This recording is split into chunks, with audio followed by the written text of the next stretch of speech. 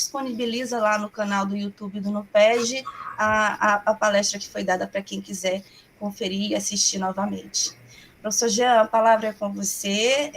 Nós temos 45 minutos para sua explanação, e depois a gente abre para as perguntas, tá? Quem quiser fazer as perguntas, pode fazer as perguntas no chat, tá? Quem quiser fazer oralmente também, depois da explanação do professor Jean, pode também se inscrever para fazer as perguntas oralmente. E aí eu vou tratando, então, da coordenação dessas perguntas, tá, pessoal? Então, professor Jean, a palavra é com você. Muito bem, muito bom dia a todos. Quero cumprimentar inicialmente a professora Ellen, agradecer pelo convite. É claro que é uma grande honra estar mais uma vez com a senhora, dizer que é um grande prazer estar conversando com os estudantes da região Tocantina e de outras partes do país. Um dos princípios que informa a atividade acadêmica, infelizmente muitas vezes negligenciado, é exatamente o princípio da solidariedade, o intercâmbio de informações, o intercâmbio de conhecimento. De nada adianta saber se esse saber ficar conosco. É exatamente por conta dessa perspectiva que a gente interage, que a gente conversa, que a gente dialoga, para que a gente ensine, para que a gente aprenda, para que a gente amadureça, para que a gente amplie os nossos horizontes. E esse é sempre um processo de mão dupla, é sempre um processo que nos permite passar o nosso ponto de vista, mas também aprender com o ponto de vista do outro. E por isso que eu pedi também que nós tivéssemos um tempo exatamente para ouvir as perguntas, ouvir as ponderações, os pontos de vista, as críticas, para que a gente possa exatamente amadurecer com essa perspectiva. Meu abraço todo especial aos estudantes do curso de Direito. Eu tenho um compromisso com o magistério já muito grande. Eu estou defensor, mas eu sou professor.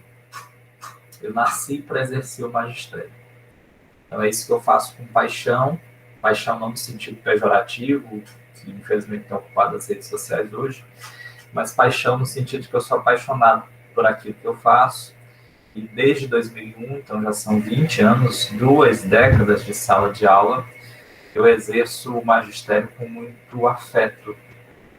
Não há uma vez, ainda que por rede social, ainda que presencialmente, que eu entre na sala de aula e não sinto um frio na barriga.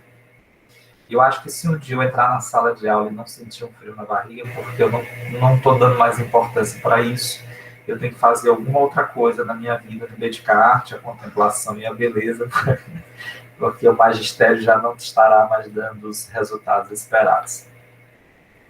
Isso não é em função de uma insegurança, mas é em função da expectativa e do apreço e do quanto eu dou importância para aquilo que eu faço no campo do magistério. Então, a mandar um abraço todo especial aos estudantes, porque é em razão deles, da atividade do magistério, que eu dedico boa parte da minha vida profissional. Bom, queria só confirmar, eu consigo espelhar a tela? E consigo, né? Consegue, Jean, só compartilhar. Deixa eu ver se eu consigo a parte, então.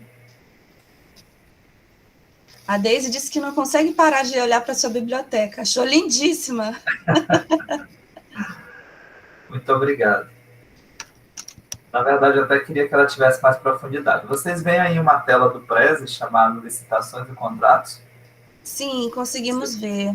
Não se preocupe, eu não vou falar de licitações e contratos, viu?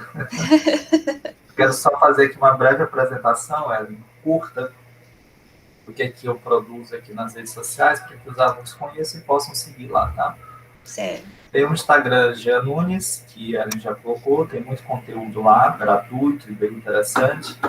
E como eu percebi que havia uma demanda muito grande por opinião, as minhas postagens de opinião sempre renderam muito no Instagram, muita movimentação, para o bem e para o mal.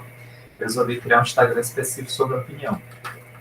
Está ainda começando agora, mas já tem conteúdo e já tem 60 seguidores. Então, se vocês puderem dar uma força lá, eu agradeço. Tem também um canal no YouTube, que é o maior exemplo do meu fracasso profissional. Lá tem 1,5 inscrito. Um inscrito é minha esposa, o meio sou eu, porque eu ainda tenho dúvida se esse merece ter algum inscrito. No Facebook também tem uma movimentação que eu faço. Na verdade, eu espelho no Facebook, tem no Instagram, né? Tem livros publicados, eu recomendo que vocês dêem uma olhada, se possível, nesse último, Caminhos para a Democratização do Direito, publicado pela Juspódio. É um livro que condensa boa parte das reflexões que eu tenho sobre o direito e os direitos, e por que o direito hoje está construído em caráter elitista e os limites que ele encontra para a sua democratização. Então, é uma obra que é, digamos, o espelho do meu estágio de amadurecimento intelectual do ponto de vista acadêmico. Então, super recomendo que vocês dêem uma olhada, tá? Se possível. E convidar todos para acompanhar as crônicas. A gente produz crônicas todos os domingos. O livro vai se chamar Domingo e Suas Crônicas. Vai ser publicado agora pela editora Viseu. Eu recebi já o original, está no prelo. Então, o original já diagramado, acredito que mais aí uns 30, 45 dias ele deve estar já nas livrarias para publicar. As crônicas vão ao ar todo domingo pela manhã. Todo domingo eu tenho uma nova crônica. Normalmente com temas bem-humorados e leves. Nada jurídico. Quando vocês lerem, a minha esperança é que vocês não encontrem lá um jurista escrevendo. Todo o meu esforço é feito nesse sentido. Dá para ver agora a tela do PowerPoint? Dá para ver. Tá, né? Tá. Eu vou tirar aqui a tela um pouquinho, só para vocês me olharem e a gente... Pronto. E a gente começar aqui a nossa fala. Pessoal, o ponto de partida de uma análise sobre conflitos fundiários, da realidade fundiária brasileira, envolvendo comunidades tradicionais, sempre tem como ponto de partida, me parece, a nossa formação histórica. O direito brasileiro, ele tem uma compreensão, agradecer aqui a Deise Jasmin pelo elogio à biblioteca, acabei esquecendo de agradecer. A formação do direito brasileiro se deu, claro, no contexto das elites, né? Toda a formação histórica brasileira, ela, do ponto de vista do conhecimento, das academias, ela teve um vínculo muito forte com uma elite branca, masculina, ligada ao latifúndio, ligada à propriedade da terra, à agricultura de exportação. Então, as primeiras faculdades que se formaram no país ocorrem exatamente ali no contexto do século XIX, após a abertura dos portos. A independência brasileira ocorre em 1808, que se dá em 1822 é uma formalização de um processo irreversível de superação dos vínculos subservientes do Brasil a Portugal, para que nós ingressássemos de vez sob o domínio inglês. E, a partir dali, o Brasil se depara com grandes desafios, né? Com grandes questões que se colocam. Uma delas, claro, é a questão que diz respeito à própria formação do Estado brasileiro. Nós não tínhamos um aparelho administrativo burocrático próprio, nós não tínhamos um direito público específico para a nossa administração pública, nós não tínhamos um Código Penal próprio, um Código de Processo Penal, nós não tínhamos um Código Civil, um Código de Processo Civil, nós não tínhamos uma Constituição. É claro que tudo isso precisaria ser construído exatamente nesse contexto do século XIX. A Constituição de 1824, ela surge no contexto, claro, autoritário. Ela previu, por exemplo, a figura do poder moderador, que seria um quarto poder exercido pela realeza, que nem de longe encontra espelho na Constituição de 1988. É sempre bom lembrar o artigo 142, ele só pode ser interpretado na perspectiva de que o executivo possa realizar alguma intervenção no outro poder, numa perspectiva golpista que rompe com a ordem jurídico-constitucional. Pois bem, a Constituição de 1924, ela surge no contexto em que o Brasil era escravocrata. Isso, pessoal, nunca nós podemos deixar de lado numa discussão jurídica que pretenda um aprofundamento um pouco maior sobre as questões centrais do nosso país. Por quê, Gil? porque nós tínhamos uma realidade de aproximadamente 60% da população brasileira constituída de negros, que nos termos da atual legislação são pretos e pardos, e indígenas escravizados. Essas pessoas, elas estavam numa condição que era de subhumanidade. A ordem jurídica, e perceba como o direito convive bem com iniquidades, o direito não convive com justiça. O voto do ministro Luiz Edson Fachin, não se preocupe, eu não estou me perdendo aqui no raciocínio, mas nós vamos sempre fazer tanto quanto possível o link entre passado e presente naquilo que for possível, com os riscos que as comparações sempre geram, mas por entender que elas são importantes.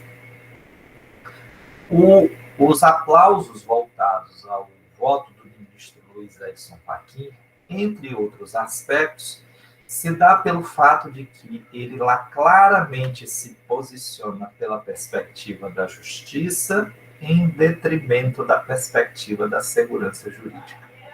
E essa é uma questão muito importante porque o direito, historicamente, ele se subsumiu, ele se resumiu, ele se acomodou na perspectiva da segurança jurídica.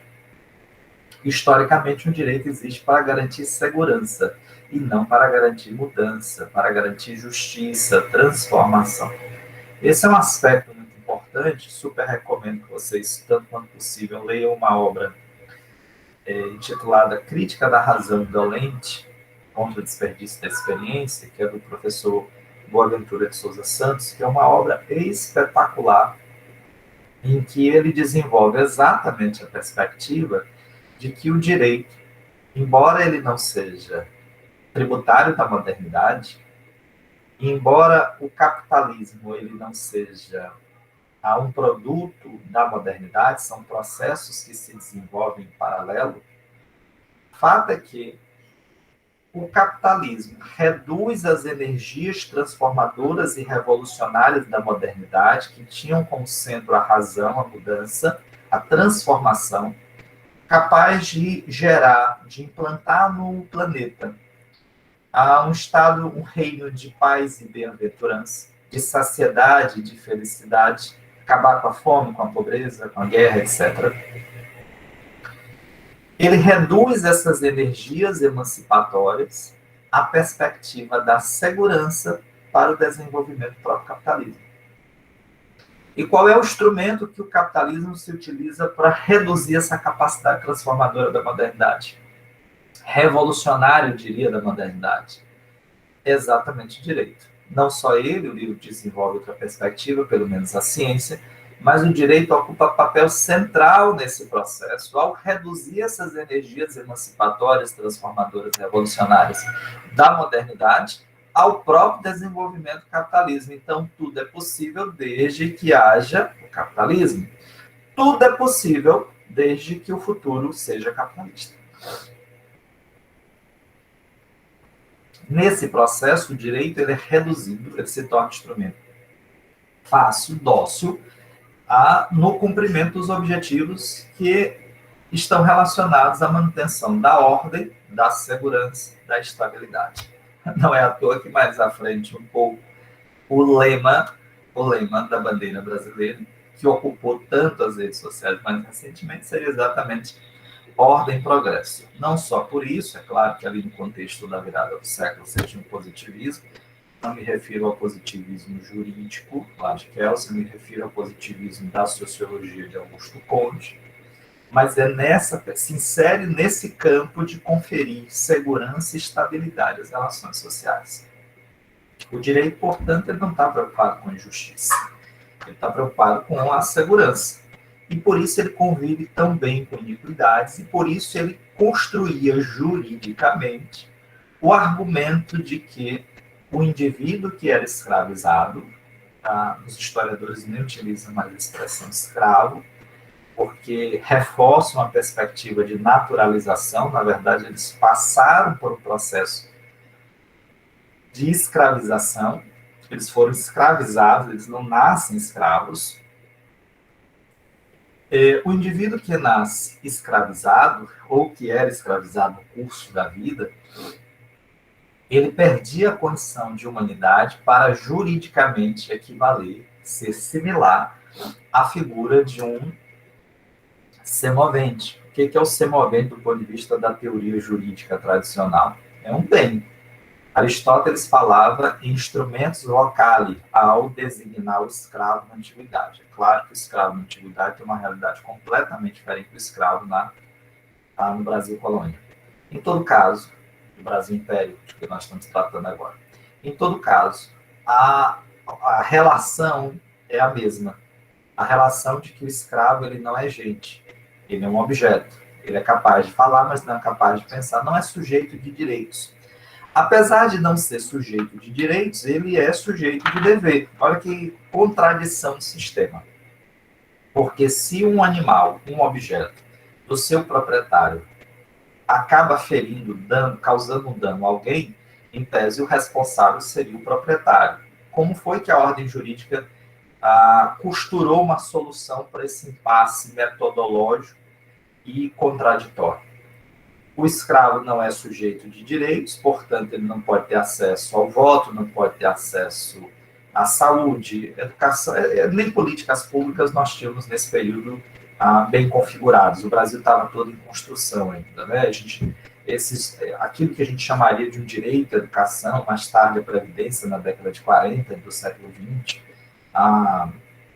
meio ambiente ecologicamente equilibrado, já na década de 90 do século passado, esses direitos estavam em construção e só mais recentemente que se poderia falar dele. Mas eu digo assim, ele não poderia dispor daquilo que o indivíduo livre poderia dispor porque ele não tinha direitos. Mas ele era sujeito de dever, então se ele cometesse um delito, ele responderia criminalmente, ele seria responsabilizado criminalmente como autor de um delito, que é um absurdo jurídico, porque um boi não pode matar alguém. Ele pode até causar a morte de alguém, mas ele não vai responder por homicídio. Seria uma aberração jurídica isso. Então, do ponto de vista lógico, como foi que se estruturou esse raciocínio? Ele não pode ser sujeito de direitos, mas ele pode ser sujeito de deveres. E o Brasil se constrói juridicamente nesse período. Então, ali você tem a Constituição de 1824, mais tarde você vai ter o Código Penal, ali na década de 60 do século XIX, e você vai ter o Código de Processo Penal. Enquanto a Constituição de 1924 não trabalha em nenhum aspecto, nada, absolutamente nada, sobre a escravidão, é um silêncio eloquente. É um processo de silenciamento. A Constituição de 1924 não diz nada sobre. Não há as palavras liberdade e escravidão, não existem na Constituição de 1924. Quando surge o Código Penal, aí a palavra escravidão surge, inclusive para regulamentar os excessos que o senhor poderia praticar ao exercer o seu direito de castigo corporal sobre o escravo, limitando, inclusive, a quantidade de chibatadas a 50. Muito bem. Um pouco mais. E, Jean, e o Código Civil não surgiu? Não. Por que não surgiu o Código Civil? Porque o Código Civil, a lógica que informa o direito civil no mundo nesse período é uma lógica libertária. Perceba que no mundo nós estamos vivendo aí o contexto do iluminismo, da liberdade, da igualdade, da fraternidade pregadas na Revolução Francesa como expressão material de um esforço intelectual que informou os pilares do iluminismo. E a expressão legislativa desse processo foi o movimento de codificação surgido na Europa, especialmente na França, na Prússia e em outros países, que tinha por objetivo reduzir o poder dos juízes ligados à nobreza e, por outro lado, informar a vida civil dentro de uma lógica de liberdade, de autonomia da vontade. Então, o Código Civil napoleônico é de 1804. Como trazer um Código Civil napoleônico para uma realidade brasileira que era escravocrata? Nesse livro fabuloso, que eu super recomendo aos amigos, Justiça Infame, do Yuri Costa, que é presidente do Conselho Nacional de Direitos Humanos, é defensor público, professor da UEM e é também meu compadre. É só porque ele é meu compadre que eu estou indicando o livro. Eu ainda tenho dúvida se foi ele que escreveu, tão Extraordinário esse livro, fantástico, na verdade. Então, super recomendo que vocês leiam Justiça Infame, que é um livro que, embora tenha esse nome, assim, remeta mais à perspectiva da história, e de fato tem muita história aí, é um livro que, na minha opinião, é obrigatório para todo estudante de direito, especialmente das cadeiras de introdução, direito constitucional, direitos humanos, é fundamental. Para ele, para Yuri Costa, era absolutamente incompatível incorporar à legislação brasileira as vertentes liberais, a perspectiva revolucionária da autonomia da vontade, que estava traduzida no lema da Revolução Francesa, numa realidade brasileira amalgamada pela escravidão e pela opressão e violência, que informaram a tessitura da sociedade, a estrutura básica da nossa formação social. E aí nós vivemos o século XIX inteiro sem um Código Civil, claro, não tinha como ter um Código Civil, não tinha como ter um ideal de liberdade no contexto escravocrata. Não é à toa que as relações, elas estão diretamente, os vínculos estão diretamente relacionados, os dois aspectos, tanto que o Brasil decreta o fim da escravidão em 13 de outubro de 88, do ponto de vista formal, e no ano subsequente, em 89, 15 de novembro, aí aproximadamente um ano depois, a proclamação da República. E o Código Civil de 16, ele surge, claro, envolvido num contexto, numa perspectiva, que é uma perspectiva, me ajuda, escravocrata. É muito difícil você imaginar que os que construíram o Código Civil de 1916, que não eram escravos, que não eram filhos de escravos, que não eram ex-escravos, não eram, portanto, das camadas populares da sociedade. Esses que construíram o Código Civil de 1916, é muito difícil você imaginar que eles estavam completamente, que eles romperam completamente com uma estrutura existente, instauraram uma nova ordem pautada na liberdade, na igualdade, etc. Se nós bem atentarmos, o Brasil tem dificuldade de lidar com seus próprios erros. E ele tem uma enorme dificuldade de olhar para suas próprias feridas, para suas próprias chagas, digamos assim. Então, nós não fizemos justiça de transição nem na ditadura militar e nem na escravidão. Nós saímos da escravidão com uma das leis mais singelas da história. Está extinta a escravidão no Brasil por 100 anos. Nem foi para sempre, foi por 100 anos. Está extinta a escravidão no Brasil, ponto, continuando. Revogam-se todas as disposições em contrário. Ponto final, acabou. O que seria feito desses escravos? Para onde eles iriam, dessas pessoas escravizadas? Para onde é que elas iriam? Suporte a elas? De que forma elas se inseririam nessa sociedade? Qual seria o futuro? Nada disso foi pensado, trabalhado, discutido, absolutamente nada. Ao contrário, se atribuía às pessoas escravizadas o peso do atraso nacional. Então, o Brasil atravessava um quadro que era um quadro, não era bem, esse conceito de subdesenvolvimento não havia, mas se entendia que no contexto mundial o Brasil estava atrás, e estava realmente muito atrás, do que havia de mais moderno no mundo, e se atribuía aos escravizados a causa do atraso em que o país se encontrava. E aí a solução que foi encontrada pela elite brasileira para resolver esses problemas, para colocar o Brasil de vez na mola da modernidade, do progresso, daí a lógica, a ordem progresso, seria exatamente inserir a mão de obra livre, mas não a mão de obra livre do que já era escravo, seria a mão de obra livre migrante. Porque a chegada do europeu, olha a metáfora horrível que eu vou utilizar, branquearia o sangue negro que corria nas veias do Brasil, a semelhança de quando nós colocamos leite na xícara de café. E dessa forma, com o branqueamento da população, que resultaria no processo de miscigenação, nós construiríamos uma sociedade mais desenvolvida, mais moderna, esse conceito de desenvolvimento mais recente, mais moderno, e colocaríamos o Brasil de vez nos trilhos do progresso. Como esse processo ele ocorre de uma forma abrupta e sem preocupação, sem discussão quanto ao que seria os instrumentos de amparo e apoio às vítimas da escravidão e seus descendentes, o resultado é que essa população fica completamente jogada na sociedade, literalmente jogada ainda hoje. É essa mesma população que está nos piores indicadores sociais existentes, nas periferias, nos presídios. É essa mesma população que encontra uma dificuldade enorme para exercer direitos e tem que ouvir todos os dias que a questão do racismo no país é uma questão econômica, quando a gente sabe que não é isso, é muito maior, muito mais forte que isso. E é essa população que enfrenta um outro problema, trazido por José de Souza Martins, que é um sociólogo fantástico. Depois eu vou pegar o livro para mostrar para vocês. Eu sempre gosto de ter o livro nas mãos para mostrar. Intitulado Cativeiro da Terra. Super recomendo que vocês dêem uma olhada também.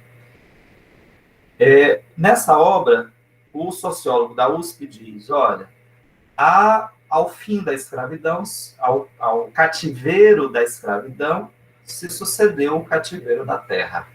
Por que isso? Porque como a estrutura brasileira estava marcada pela perspectiva do latifúndio, e ainda hoje é assim, os escravizados, claro, vão fugir desse quadro de violência que representa a fazenda onde eles se encontravam. Eles podem até ocupar terras no interior, né, na área rural, mas para que eles se tornassem donos, eles precisariam de um título de propriedade. E uma grande leva, um grande contingente, vai em direção às cidades para ocupar exatamente, não o centro, não a parte da elite, mas exatamente as periferias. Aquilo que mais tarde seriam chamadas de favelas. Veja que esse processo histórico, ele traz consequências amplas que vão tanto na perspectiva da favelização no meio urbano, quanto na perspectiva da desigualdade fundiária existente no campo. Pois bem, a Lei de Terras, que é de 1850, reforçada pelo Código Civil de 1916, estabelece como forma de interação humana com os bens que permitem a vida, o que, gente? A propriedade. A propriedade, que é um conceito não só incompatível com a vida dessas famílias, como esse é um conceito que, na verdade, é até agressivo à própria formação histórica delas, porque propriedades, elas foram consideradas. Então, isso não é só um conceito anacrônico, inacessível, isso é um conceito violento, que lhes retira, que lhes nega a possibilidade de ter acesso aos bens da vida. Claro, se eu consigo ter acesso aos bens da vida pelo papel, pelo título de propriedade, e se para eu ter o título de propriedade eu preciso ter recursos financeiros, o grosso dessa população proveniente da escravidão, essa população escravizada, evidentemente não teve, até hoje não tem, e cá entre nós, nunca terá acesso aos bens da vida.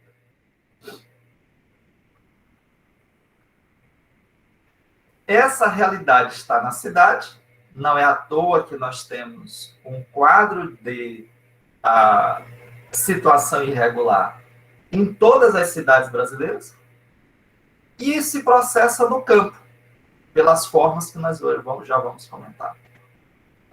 De que forma a teoria tradicional do direito ressignifica os conflitos que derivam, que resultam dessa estrutura fundiária desigual e injusta? De que forma? Através do instrumento da ação de reintegração de posse. É dessa forma que chega aos tribunais, é dessa forma que chega à defensoria, ao Ministério Público, aos advogados, a ação de reintegração de posse, que é uma ação judicial que tem a sua utilidade para uma briga de vizinho. Eu tenho um terreno, o vizinho colocou a cerca dele para meio metro dentro da minha, cabe uma ação de reintegração de posse para que ele tire a cerca dele e bote no lugar que tem que botar.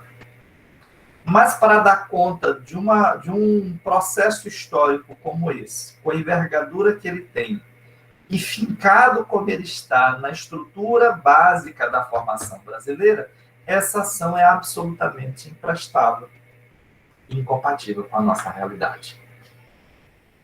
O que fez a Constituição de 1988? Ela, compreendendo essa realidade muito bem, a nossa Constituição não é perfeita, claro, tem vários problemas que ela carrega. Eu vou dar um exemplo que vem da senzala. A Constituição Brasileira de 1988 não reconheceu à empregada doméstica os mesmos direitos aos trabalhadores em geral. O trabalho doméstico não era um trabalho que merecia a mesma dignidade conferida aos trabalhos em geral. Isso aí vem da senzala, vem dentro da lógica patriarcal da formação familiar brasileira e da formação produtiva. Mas essa Constituição ela traz inúmeros avanços. Um deles foi a compreensão, quase nunca discutida no curso de Direito. Vocês vão consumir 5, 6, 7 cadeiras de Direito Civil sem nunca ter ouvido falar de uma comunidade tradicional. Só vão ouvir através de projetos como esse da professora Ellen, mas veja que, se a professora Ellen concordar comigo, isso aqui não está bem na estrutura do curso, é quase que um remendo. Isso não é um problema da Faculdade Imperatriz, isso é um problema nacional. O aluno do curso de Direito não sai compreendendo a sua própria realidade. Ele sai compreendendo muito bem o que é a propriedade europeia. Sabe? Muito bem. Ele vai estudar uma cadeira só sobre direitos reais, mas não vai sair dela sem nunca ter ouvido falar das comunidades tradicionais, que são a base da formação social brasileira. Por quê, Gê? Entre outros fatores, porque o nosso direito, assim como aquele construído no século XIX, continua sendo construído, pensado pelas elites, para atender aos interesses das elites. É por isso que nós estudamos 5, 6 cadeiras de direito civil, 3 de direito empresarial, e saímos sem nem compreender o que são comunidades tradicionais. É exatamente por isso. Entre outros fatores, é bem aí que está a questão. Já, mas as cotas não mudaram isso? Não mudaram porque os marcos, as estruturas do curso permanecem as mesmas. E há muito mais um processo de elitização de quem chega do que um processo de democratização em razão da chegada dessa nova leva. Então, você vai... É claro que esse é um processo, não é tão linear assim, é claro que a chegada de pessoas de categorias menos abastadas, enriquece. Estou favorável às cotas. Eu estou dizendo que não é suficiente a chegada dessa leva à universidade, é preciso mais do que isso, alterar os marcos teóricos, metodológicos de como é construído o curso de Direito. Então, o direito continua sendo produzido da mesma forma, pensado da mesma forma, por quem não conhece essa realidade e não tem compromisso com esse passado, com essa formação histórica brasileira. E essas questões elas estão escondidas, silenciadas nas grandes pautas nacionais. Basta você imaginar que nós passamos boa parte do tempo hoje discutindo o voto impresso. A gente passa boa parte do tempo discutindo se o golpe vai ser hoje, amanhã ou depois, e quem vai ser preso em razão dele. A gente passa boa parte do tempo discutindo se o ministro Alexandre de Moraes ele integra uma organização narcotraficante, ou se ele é um jurista que advogou há algum tempo para uma outra pessoa. Enfim, nada que tem relevância estrutural integra a pauta nacional. E o que é que fez a Constituição de 88? Porque ela resultou de um processo democrático intenso e efervescente de insatisfações. Ela espelha boa parte desses anseios e traduz em seu texto um compromisso histórico com a mudança dessa realidade. Você encontra essa perspectiva lá no artigo 3º, o fim da pobreza, a erradicação da pobreza e a redução das desigualdades sociais regionais e da marginalização, o fim da marginalização, a promoção do bem-estar de todos, sem preconceito de qualquer natureza, etc. E você encontra em diversos outros dispositivos um compromisso constitucional com as comunidades tradicionais, e a Constituição previu para elas um regime jurídico de propriedade que não é o regime jurídico tradicional da civilística comum, lá do Código Civil. Que regime jurídico é esse, Jean? É o regime jurídico que parte do pressuposto de que a comunidade tradicional ela não está preocupada com o papel, ela está preocupada com a vida. Por quê? Porque a terra onde ela vive não lhe pode pertencer como papel, como valor mercadológico.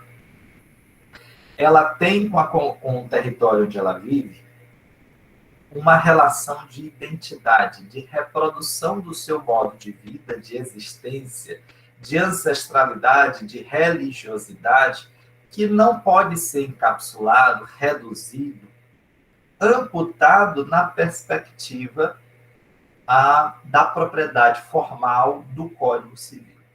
É absolutamente incompatível. Estava eu numa comunidade tradicional, uma comunidade quilombola existente em Brejo, e seu Tereza, como ele é chamado, líder da comunidade, uma das lideranças lá, me olha e diz assim: doutor, o senhor está vendo aquele campo? Ele está todo cercado. Doutor, a gente não se incomoda que esse campo seja de fulano ou de cicrano, a gente só precisa dele para plantar. Porque se a gente não plantar, a gente não tem como alimentar os nossos meninos. E foi assim, historicamente, que nós alimentamos eles. Curioso que, pela legislação brasileira, o seu Terezo é o dono da terra. Porque a Constituição, no artigo 68 da DCT, reconheceu a propriedade da terra às comunidades remanescentes quilombolas. Ele é quilombola, então a terra é dele. E ele diz: eu não estou preocupado com isso, eu não quero ser dono de nada, não me interessa ter o papel. Ele pode ser o dono, olha a lógica. Olha a lógica. Ele pode continuar sendo o dono. Ele pode até botar a cerca, eu só quero que essa cerca tenha uma abertura para que eu consiga entrar, produzir e alimentar os meus meninos. Olha a diferença, olha a lógica, olha a perspectiva.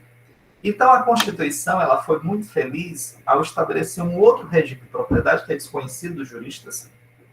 Se você sair daqui desse encontro e for conversar com o sistema de justiça, da defensoria ao judiciário, você vai encontrar dificuldade para achar alguém que compreenda bem esse instrumento. Não é culpa dos profissionais que lá estão, normalmente muito capacitados, mas muito capacitados numa lógica tradicional de formação civilista que tem a propriedade como única forma de interação com os bens que permitem a vida. E, como eu disse, é uma forma anacrônica, importada e que violenta a realidade existente no país. Por quê, gente? Porque, historicamente, essas comunidades sempre entraram no território, na terra, no espaço físico, pelo desbravamento. O que é, meus amigos, o Tratado de Tordesilhas, nessa perspectiva lá de 1492? O Tratado de Tordesilhas nada mais é do que o primeiro mandado de reintegração de posse, que não quer saber quem vive lá, quem está lá na terra, quem está ocupando aquele território, quem o está protegendo. Chega e diz: aqui o juiz determinou, metade pertence a Portugal, metade pertence à Espanha, quem estiver lá não é mais dono, o dono sou eu. Pronto, acabou. É essa a perspectiva, mandado de integração de posse. E foi essa lógica de prevalência do papel sobre a vida que informou toda a formação histórica brasileira e foi incorporada pelo direito da lógica que prevalece no Código Civil até hoje. E aí nós atravessamos um quadro muito peculiar. Por quê? A Constituição reconheceu o direito às comunidades tradicionais. Como, Jean? Quando ela estabeleceu que o regime jurídico por ela adotado não afasta aquele existente em normas internacionais, e o Brasil aderiu à Convenção 69 da OIT. O que diz a Convenção 69 da OIT? A Convenção estabelece que que as comunidades tradicionais elas têm direito ao seu território. Aqui vamos só abrir um parênteses para falar sobre território, tá, pessoal? Território, do ponto de vista jurídico, só pertence ao país, ao Estado. Então, nenhuma comunidade tradicional teria, do ponto de vista da tradição jurídica, território. Território seria só do Estado brasileiro. Mas a lógica do território é a lógica de que é uma lógica antropológica, né? Do ponto de vista da sociologia, da antropologia, eles não têm com aquela terra uma relação mercadológica. Eles têm uma relação identitária, de reprodução do seu modo de vida, do seu modo de vida tradicional. Nessa perspectiva, as comunidades tradicionais exercem sobre aquela terra uma relação identitária que é territorial. Do ponto de vista da jurisprudência do Supremo, porém, o Supremo entende que se trata de terras e não de território. Aqui eu não trabalharei terras, eu falarei em território, em respeito às comunidades, até porque é assim que elas identificam. Muito bem, Jean. Essas comunidades tradicionais, como é que elas são definidas? A Convenção 69 estabelece. Essa semana eu estava conversando com uma pessoa e ela me disse assim, ela tem uma autoridade, né? Jean, mas me diga uma coisa. Como é que eu vou saber se é uma comunidade tradicional ou não? Ali não tem certificação, como é que eu vou saber? O Estado não disse se ela é tradicional. Eu disse, meu senhor, só quem pode dizer quem o senhor é o senhor mesmo. Eu não posso dizer quem o senhor é. O senhor é branco, é preto, o senhor é hétero, é homo, o senhor é quilombola, não quilombola, o senhor é indígena, o senhor é de Zedoca, de São Luís, só o senhor pode dizer isso. Pela Convenção 69 da OIT, o que define se uma comunidade é tradicional ou não é um critério de autodefinição. Somente ela pode definir, somente ela, se ela é uma comunidade tradicional ou não. Já, mas e se for assim, não poderá existir fraude no país?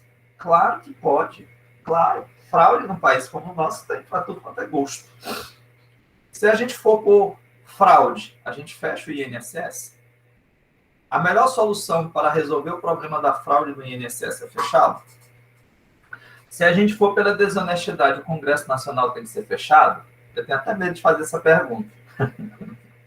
Porque nos dias atuais, se eu fizer no Instagram, não faltarão, e os juristas serão os primeiros a dizerem que tem que fechar.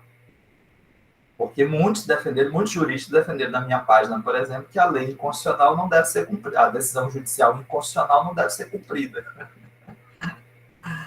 Já onde é que está o erro de que a decisão judicial inconstitucional não pode ser cumprida? No pressuposto. Quem é que vai dizer que a decisão é inconstitucional? Não.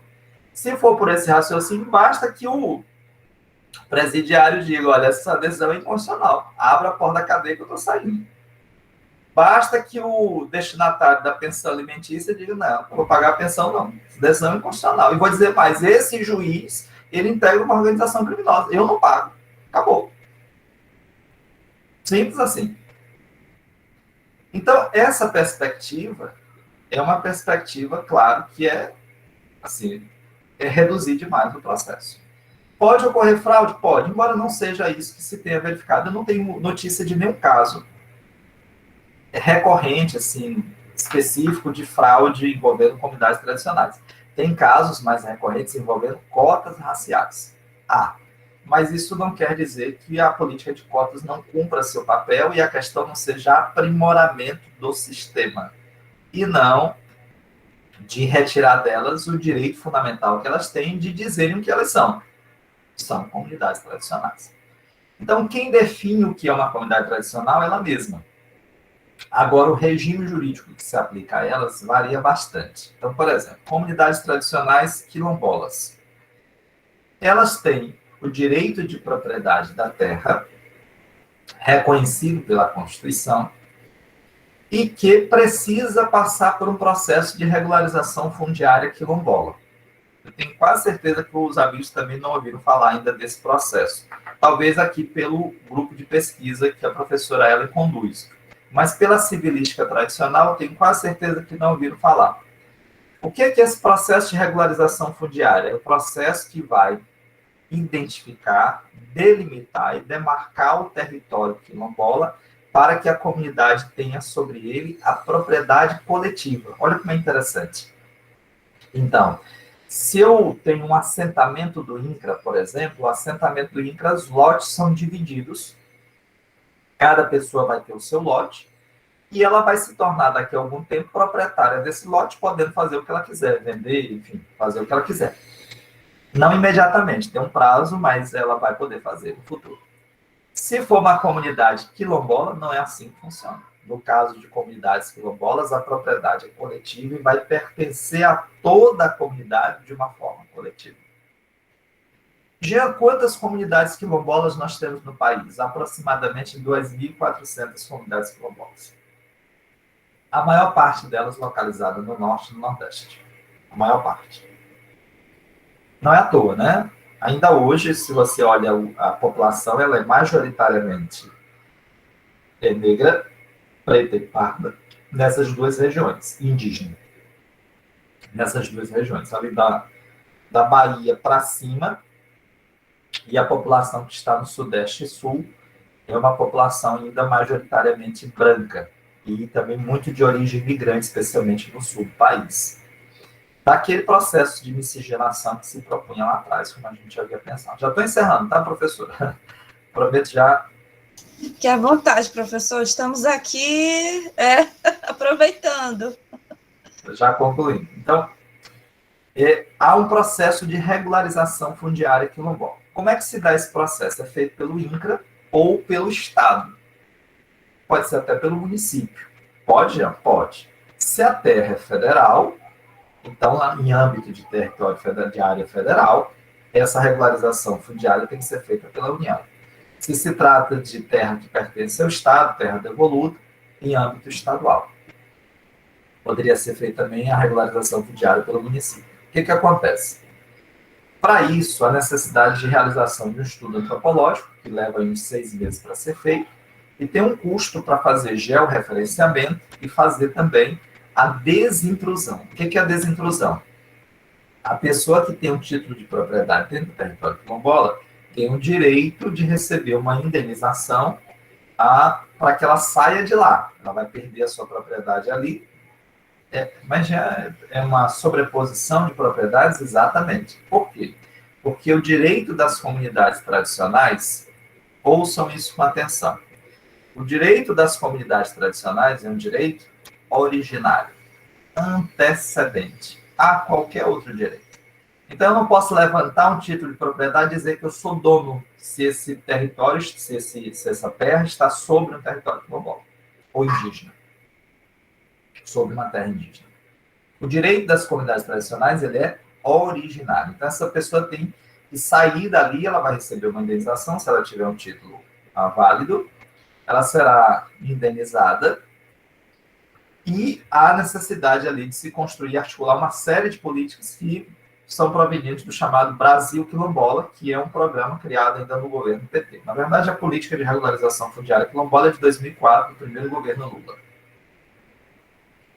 Nós tínhamos, no ano de 2010, previsão de 67 milhões de reais para a realização da regularização fundiária quilombola no país. Em 2018, esse valor caiu para 6 milhões de reais. 10 milhões de reais. Esse ano foram previstos 3 milhões de reais para regularização fundiária no país todo. Cada estudo antropológico desse vai levar, em média, aí uns 200 a 500 mil reais. Com mais as indenizações por desapropriação, esse valor significa o sepultamento dessa política existente no país. Há um sepultamento dessa política existente no país.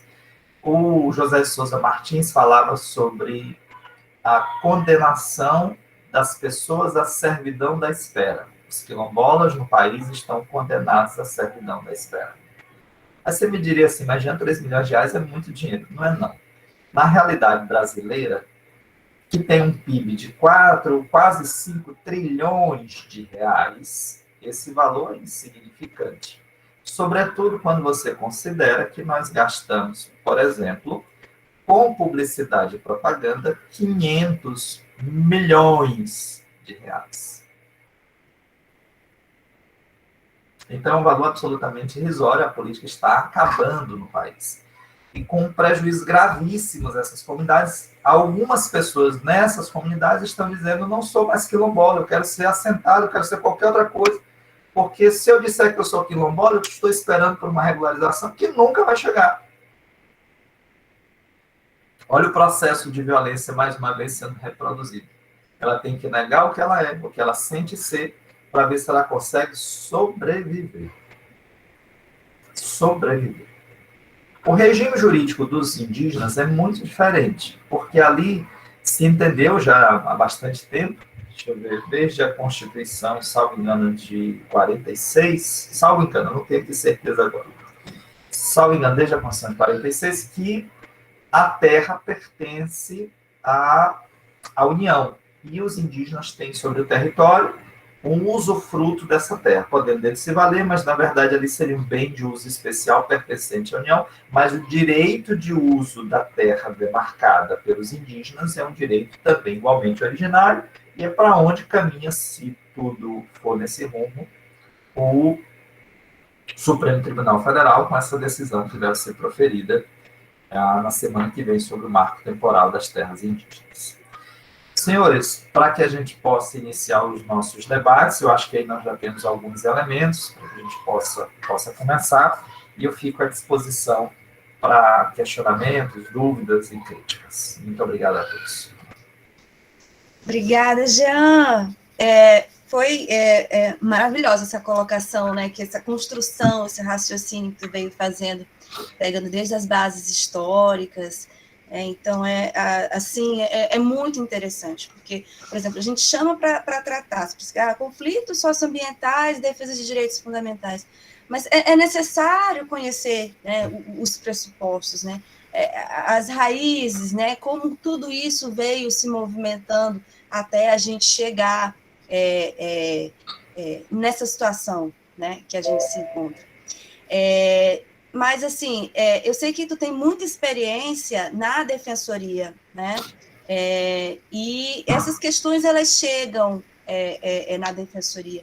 E eu queria saber como é que a defensoria aqui no Maranhão, ela tem atuado, né, nessas questões que chegam. Porque, por exemplo, a gente aqui na região tocantina, ali por Açailândia, né, a gente tem ali conflitos socioambientais muito presentes, por exemplo, naquela região de Açailândia de Piquiá de Baixo, em que eles têm, enfim, vários, saúde, a questão da água potável, a questão do ar, né, tudo isso sendo muito atingido pelas atividades de mineração, né, da Companhia Vale do Rio Doce. E assim, no momento em que chegou a uma degradação tão grande, né, das próprias condições de vida daquela comunidade, eles tiveram que se mobilizar, e foi uma mobilização muito forte, tanto é que hoje a gente tem aí a Justiça nos Trilhos, né? E eu queria que falasse um pouquinho para a gente como é que essas demandas, elas chegam na Defensoria. Acredito que lá por São Luís, aí por São Luís também, né, deve se perceber bastante também esses conflitos bem presentes. Então, eu queria que tu comentasse um pouquinho para a gente. E quem tiver pergunta, a gente pode colocar aí no chat também, tá? Essa pergunta é muito boa, assim, excelente, porque ela introduz um outro aspecto importante da realidade atual. Nesse livro que eu escrevi, eu sustento o seguinte: o Brasil ele foi construído a partir de 3 grandes despejos coletivos, né? 3 grandes reintegrações de posse. A primeira causada aos indígenas, a segunda a resultante do processo de escravidão, e a terceira, especialmente ali com o fim da escravidão, que essas pessoas elas ficaram sem ter do que viver, onde viver, né? Com o fim da escravidão, nenhum amparo foi previsto para elas. E o terceiro processo, sem dúvida, é o de modernização do país, que gerou aposta em grandes projetos, mais recentemente o agronegócio. No caso da realidade maranhense, há uma peculiaridade, é que esses 3 processos de reintegração de posse, eles estão em curso nesse momento. Nesse momento. Então, quando você agrega aí os grandes projetos, a Estrada de Ferro Carajás, as hidrelétricas, o porto, quando você insere aí o agronegócio, as atividades mineradoras, a situação assume uma complexidade significativamente maior, porque o conflito deixa de ser um conflito apenas pela terra e passa a ter uma dimensão multiespacial, né? Multidimensional, um aspecto multidimensional.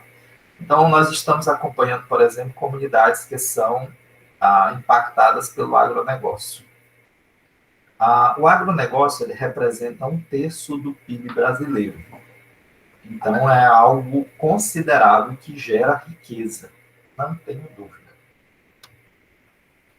Na verdade, o agronegócio, a atividade agricultora, manteve o país durante muito tempo, durante toda a sua existência. Durante toda a sua existência, o Brasil foi pautado pela agricultura de agroexportação, sempre. O agronegócio, porque agora assumiu a dimensão mais mecanizada e modernizada. Mas essa atividade econômica, ela gera riqueza, mas ela não gera desenvolvimento e nem distribuição de renda. E ela gera impactos às comunidades que estão no seu entorno, que são impactos de dimensões inimagináveis. Só para que os amigos tenham uma ideia, nós estamos acompanhando casos de comunidades que ficam ilhadas no meio de campos de soja, que ficam a 20 quilômetros da estrada. Então, você sai da estrada asfaltada e entra 20 quilômetros atravessando o campo de soja. Soja de um lado e do outro, nada mais. Só o campo de soja completamente verde. Lá no meio está a comunidade. A comunidade relata, entre outros aspectos, o famoso banho de agrotóxico.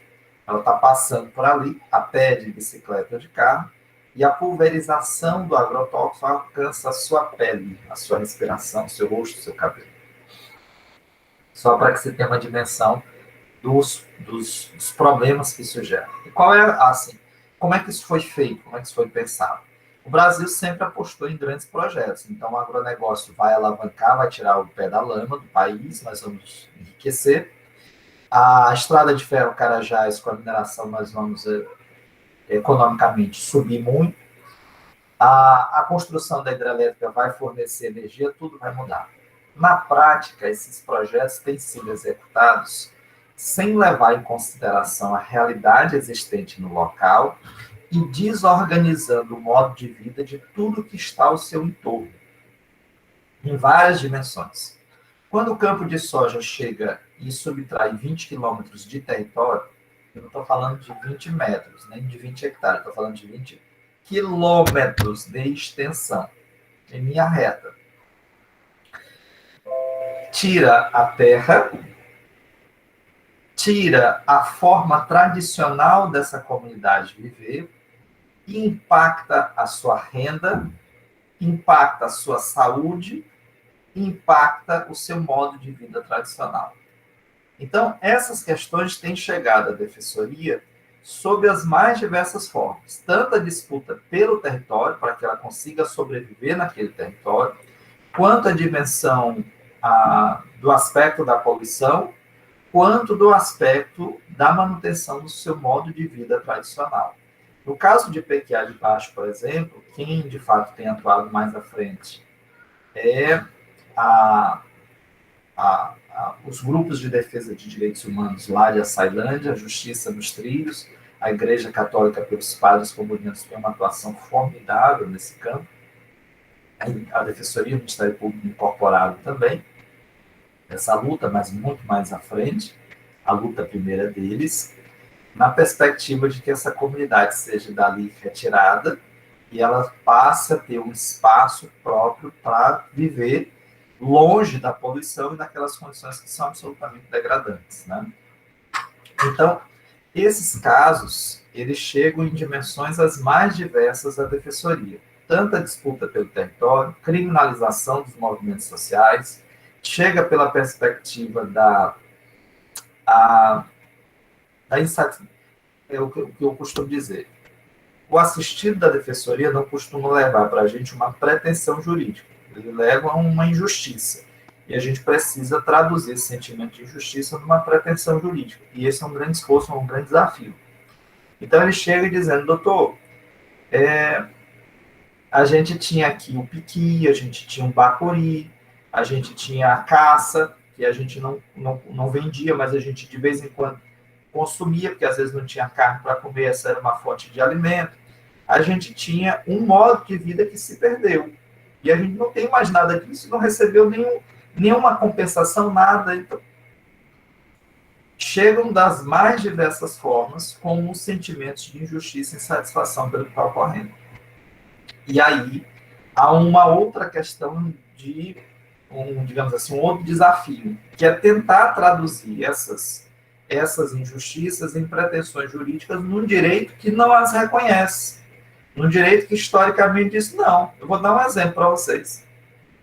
Através da luta de Chico Mendes, que está até hoje ali na Folha, vocês darem uma olhada, o Sistema Nacional de Unidade de Conservação, o SNUC, ele surgiu no ano 2000, após uma luta dos seringueiros na região amazônica. Né? Foi através da luta de Chico Mendes, ali na década de 80, início de 90, que essa questão surgiu.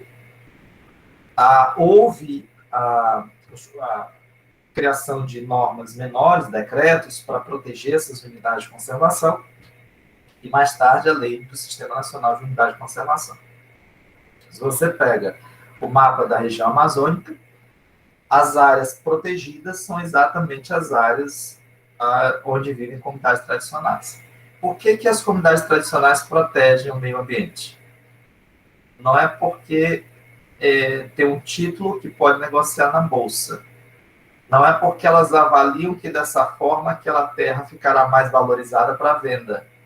Elas protegem o meio ambiente porque se elas não os protegerem, não o proteger, se elas não o protegerem, elas vão morrer. É por essa razão. A proteção do meio ambiente para elas não é uma opção, é uma condição de sobrevivência. Porque se elas não protegerem o meio ambiente, e veja que esse é um saber tradicional, viu, pessoal? O Estado não ensina para elas, não. Elas fazem isso por uma dimensão existencial. Elas sabem que se não protegerem a água, elas vão ficar sem água. Elas sabem que a proteção da mata ciliar é indispensável para a manutenção do riacho, porque senão sem o riacho elas não vão sobreviver.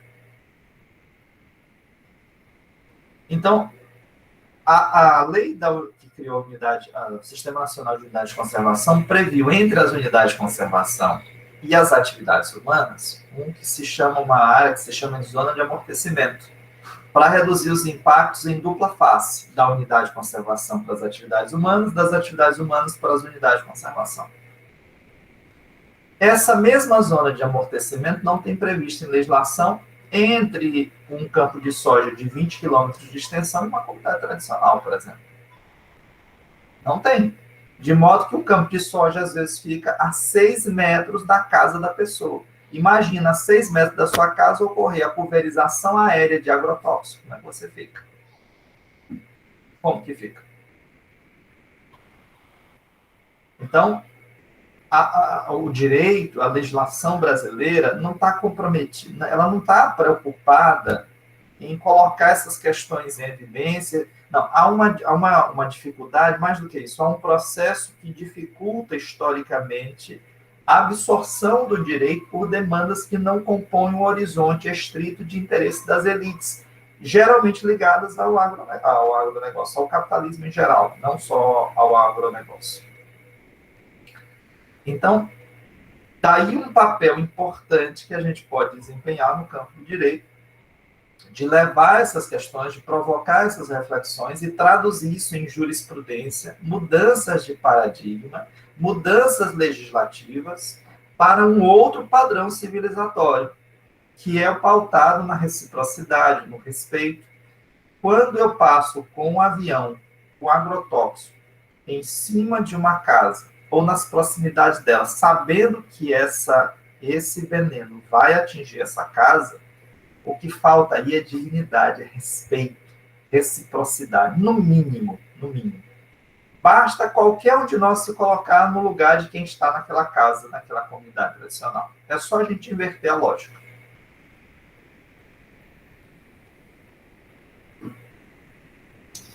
Muito obrigada, Jean.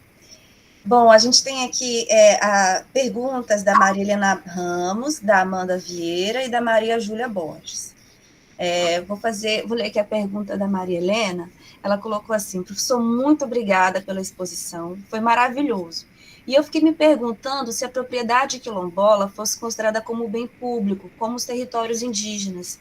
Ela teria uma maior efetividade na proteção dos seus direitos, se fosse assim pensada, né? E outra, por que não foi tratado assim, como bem público, na Constituição de 88, já que, tal como o território indígena, é também um direito originário? É fruto realmente apenas do racismo estrutural do Brasil ou tem algum outro motivo? A pergunta é muito interessante, né? Veja que no Brasil nós temos uma resistência enorme nesse processo. A demarcação ela não alcança todas as terras indígenas, tem um esforço grande por demarcação ainda. Veja que a demarcação é o ponto de partida, não é o de chegada. Não tem áreas demarcadas aqui no Maranhão que as comunidades indígenas estão tomando água, os povos indígenas estão tomando água com lama, porque não tem água potável. Só para vocês terem uma ideia da dimensão do nível de problemas. A terra é o ponto de partida, não é o ponto de chegada. E você tem um esforço grande no país por regularização fundiária quilombola. Eu concordo com a opção que o Constituinte fez, né? Eu só acho que em relação aos indígenas, se tivesse previsto indenização para as propriedades ali existentes ou sobrepostas, eu acho que teria sido talvez mais fácil efetivar a demarcação indígena. Na década de 50, Caio Prado Júnior era um economista da vertente marxista. Eu não sou marxista, mas dialogo com o marxismo, entendo, compreendo. Ele dizia que o grande problema do Brasil não é o latifúndio improdutivo. O grande problema do Brasil é o latifúndio. Não é o fato dele ser produtivo ou improdutivo que está o problema. O problema é que se o bem é finito e a terra é finita, a concentração irrestrita desses bens em favor de uns subtrai de outros, da maioria, inclusive, a fonte de sobrevivência. E no campo, sem terra, água e trabalho, não há dignidade. Sem terra, trabalho e água, não há dignidade. Essa opção foi errada, foi equivocada. Veja que se a gente for desapropriar uma área pública, uma área privada na cidade para fazer uma calçada, não importa se ela é produtiva, se tem função social, nada disso. O Estado chega e desapropria. A pessoa pode estar morando ali, desapropria. Mas quando se trata de reforma agrária, só se a terra estiver improdutiva, o que é um absurdo. É um absurdo. Muito bem. E eu não sou contra a indenização. Eu acho até que a indenização deveria ser em dinheiro, em vez de títulos da dívida. Por quê? Porque isso facilitaria o processo. O processo de regularização fundiária leva, às vezes, 10, 15 anos, tanto por morosidade administrativa, como também por judicializações que ocorrem exatamente em favor desses proprietários ou dessas pessoas que se afirmam proprietárias que não querem perder aquela terra. A formação histórica do quilombo ela é diferente da das terras indígenas, né?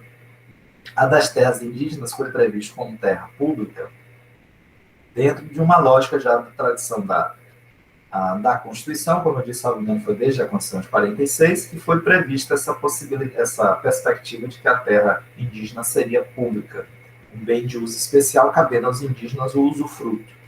Mas veja que a lógica de proteção às comunidades indígenas ela é um pouco diferente da lógica de proteção às comunidades quilombolas, né? De promoção e desenvolvimento das comunidades quilombolas. Inclusive porque existem algumas comunidades indígenas não integradas, né? Existem alguns povos indígenas não integrados. Então, a ideia é mesmo a de gerar em favor delas uma proteção maior.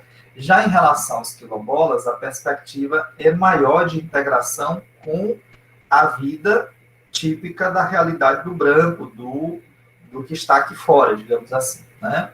Essa visão mais grosseira, porque os quilombos se formaram nessa perspectiva. Historicamente, foram pessoas que ocuparam esse território fugido do quadro de violência existente nas fazendas e criaram ali uma identidade com o território, com seu modo de vida tradicional. Essa opção do legislador, ela me parece correta. O que eu acho do Constituinte, o que eu acho equivocado foi ter colocado na DCT, deveria estar nas disposições permanentes. Foi colocado porque se imaginou que a regularização seria temporária, mas até hoje ela não se efetivou, nós já temos aí 30 anos de Constituição, ela não se efetivou ainda. E onde é que está o problema? Está no investimento que precisa ser feito para se resolver essa demanda, que é uma demanda estrutural da nossa formação social. Ok, professor. A Amanda Vieira pergunta assim: haveria solução para a situação da comunidade quilombola de Alcântara pela posse de terra contra o centro de lançamento? Caso haja, haveria possibilidade de haver acordo para os dois lados terem usufruto do território de Alcântara de forma equilibrada? Em relação ao território de Alcântara, eu não acompanho especificamente, porque como a base aérea ela é federal, ela é de atribuição da DPU e não da DPR, não da Defensoria Pública do Estado. E, normalmente, essa questão chega até nós assim. A regularização fundiária quilombola normalmente é feita pelo INCRA e realmente é de atribuição da DPU, da Defensoria Pública da União e do MPF, Ministério Público Federal. O que é que chega para a gente na DPE? É o conflito que ocorre entre a comunidade e terceiros, né? E terceiros, que não são aí a União, por exemplo. Né? Então, é dessa forma que chega. Em relação ao território de Alcântara, o território pertence à comunidade. Né? O território é da comunidade, ele não pertence ao Estado nem a terceiro. A perspectiva que ocorreu ali foi que a implantação da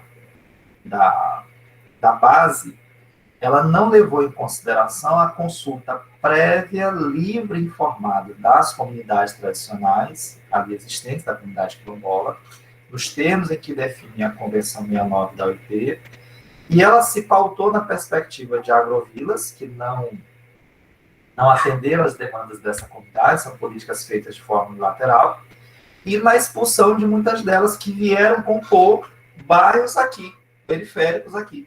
Né? Inclusive, boa parte das pessoas que ocupam ali a região da Liberdade, do Lira, vem dali, né? Da região de Alcântara. Então, há uma realidade conflituosa, agravada pela forma como esses grandes projetos, mais uma vez os grandes projetos, são realizados em completa violência, esquecimento da realidade existente no nosso país, das comunidades tradicionais especialmente. Quanto especificamente ao acordo e como isso está hoje, eu não consigo me manifestar, porque aí realmente é com a DPU. Ok, professor Jean. A última pergunta é a da Maria Júlia. Ela fala assim: professor, primeiro, muito obrigada pela exposição, foi muito rica. Eu queria, na verdade, se possível, se fosse possível, ver um pouco sobre o projeto de lei 490, em que medida o marco temporal fere direta e indiretamente os direitos indígenas e quais interesses podemos elencar como sendo a cortina de ferro dessa proposição. E ainda, qual o papel do Poder Judiciário nesse contexto de tentativa constante de estruturação dessa tese? Muito obrigado a todos. Perguntas profundas, viu? Perguntas difíceis. Na verdade, a gente tem que combinar. Vou anotar essas perguntas, depois eu volto falando mais sobre elas. Olha, a tese do marco temporal, ela é um absurdo. Por quê? Ela pressupõe que a comunidade indígena ela devesse estar na posse do seu território ao tempo da entrada em vigor da Constituição. Onde é que está o absurdo nisso? Isso porque a Constituição diz assim, né, se a gente for na redação textual, as comunidades é assegurada o usufruto das terras indígenas, comunidades indígenas, ao tempo da entrada em vigor da Constituição. Qual é o problema desse raciocínio? É que se a gente for por essa perspectiva, somente as comunidades que em 1988 estivessem na posse do seu território, das suas terras, que poderiam ter reconhecido a demarcação e poderia ter sido garantido o usufruto. Onde é que está o problema disso? É que se esquece aí que essas comunidades sempre estiveram, sempre, em processo submetidas a um processo de violência e de expulsão de suas terras. Sempre. Desde que o mundo é mundo, que o branco, sobretudo o branco, que está em regiões fronteiriças, exerce um processo de violência com essas comunidades. É recorrente, por exemplo, a notícia aqui em Viana, bem aqui perto, de mães, pais, dizendo para seus filhos, não diga que você é indígena. Não diga. Porque se você disser que você é indígena, não sei se você vai conseguir sobreviver. Então, é um processo de violência, de expulsão, de silenciamento, que é incompatível com a lógica de que a comunidade devesse estar na posse do seu território em 1988. Ela é uma comunidade indígena, ela existe, ela é auto-identificada como indígena, ela tem direito ao seu território, pronto, acabou. Independentemente de lógica temporal. Veja que essa lógica do marco temporal, ela não foi admitida para as comunidades quilombolas. Ela só é discutida em relação aos indígenas. Em relação aos quilombolas, está superado. O Supremo já pacificou o entendimento desse campo, ela não se aplica às comunidades quilombolas. O que hoje o Supremo decide é exatamente isso. O voto do ministro Luiz Edson Fachin é correto, na perspectiva de que é garantida à comunidade tradicional indígena o seu direito ao território, independentemente de marco temporal, porque esse é um direito originário que decorre da sua condição e não da posição onde ele se encontrava quando a Constituição entrou em vigor. Veja que absurdo. Eu só vou ter direito ao meu território se lá atrás, em 1988, eu estava nele. E se eu tivesse sofrido, em razão dele, um processo histórico de violência e de negligência, de negação de direitos. Bom, eu acho que essas foram as perguntas. Eu agradeço a todos que estão aqui presentes, que vieram ouvir o professor Jean. Professor Jean, eu agradeço imensamente pelas reflexões que o senhor trouxe para a gente hoje. Acredito, inclusive, que é um momento que vai ficar marcado na trajetória acadêmica, né, dos alunos que estão aqui presentes, inclusive também na minha trajetória acadêmica, porque é sempre bom a gente repensar, né, o nosso lugar como docente, de reprodução desse ensino jurídico que nós temos aí, e também de como também nós devemos atuar. Eu acho que fica aqui hoje a inspiração, né, a partir das importantes reflexões que o senhor trouxe para a gente aqui, e eu gostaria muito de agradecer a sua disponibilidade, o modo como você trouxe para a gente de uma maneira muito didática, questões muito importantes, e trazendo toda essa abordagem, inclusive histórica, para a gente compreender o que a gente tem passado hoje e refletir melhor sobre todas essas questões atuais que a gente tem enfrentado. Então, eu agradeço muitíssimo em nome do LUPEG, e agradeço também a todos que estão aqui presentes e puderam ter tido esse momento que a gente teve de grande aprendizado com o professor Jean Nunes. Muito obrigada, professor, muito obrigada mesmo. A gente sabe que seu tempo é muito corrido, né? São muitas coisas, mas você ter disponibilizado esse tempo aqui para a gente e ter nos proporcionado esse momento de reflexões é algo que, com certeza, a gente vai levar na nossa bagagem daqui para frente. Não, eu que agradeço. Muito obrigado, Ellen. Muito obrigado a todos que participaram. Vi o nível do debate excelente. Eu tenho dito que boa parte dos problemas que a gente enfrenta no direito está exatamente na faculdade. Então, se a gente trabalhar a formação dos nossos juristas, eu não estou aqui entrando no campo político, viu, pessoal? Não me importa aqui se a pessoa é de direita, se é de esquerda, se adere a esse ou aquele projeto. Mas existem direitos que eles são apartidários, eles não dependem de formação política partidária. E esses direitos precisam ser reconhecidos. E isso não é feito propriamente em sala de aula. Esse contato com a realidade a gente tem a partir exatamente da pesquisa e da extensão. São esses os dois canais, as duas ferramentas de encontro do estudante com a realidade que ele se insere. E é muito trágico, é muito triste.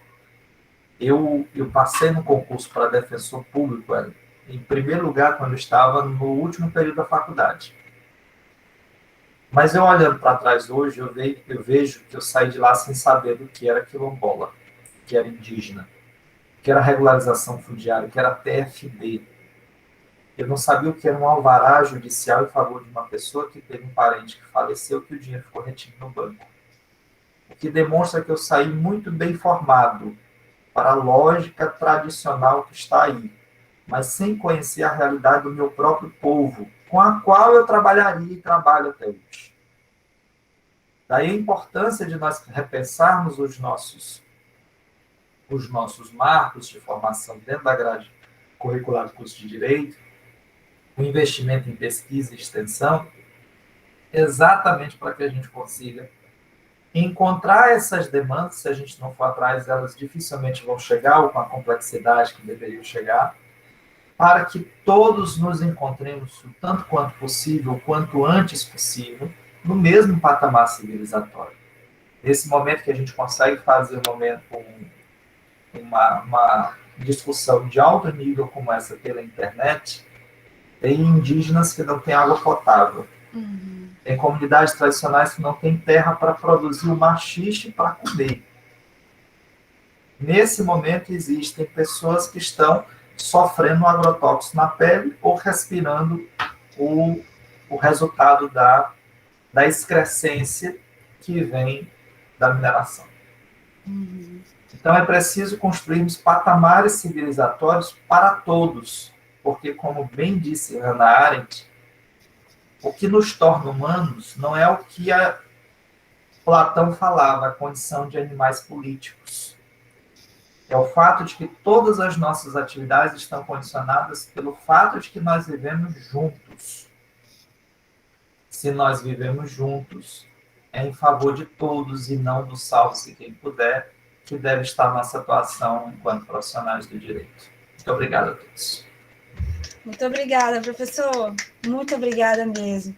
Gente, quem quiser continuar acompanhando o professor Jean Nunes, tem ele mostrou no início, né, suas redes sociais. Acho que a principal é @professor Jean Nunes no Instagram. Isso, @professor Jean Nunes no Instagram. Os livros também que ele mostrou para a gente. Então, quem quiser continuar acompanhando aí os trabalhos, as publicações do professor Jean Nunes, sigam ele nas redes, tá? Olha aí, a Maria Júlia já começou a seguir. Sigam o exemplo da Maria Júlia, tá, gente? Ó, a Jaina também. É isso aí. Então, me despeço de vocês aqui, me despeço do professor Jean, vou encerrar aqui a gravação. Essa gravação ela vai estar disponível no canal do NUPEG no YouTube. Quem quiser depois rever a apresentação, compartilhar a apresentação do professor Jean Nunes, vocês podem fazer isso tranquilamente, tá? Então, muito obrigada, pessoal.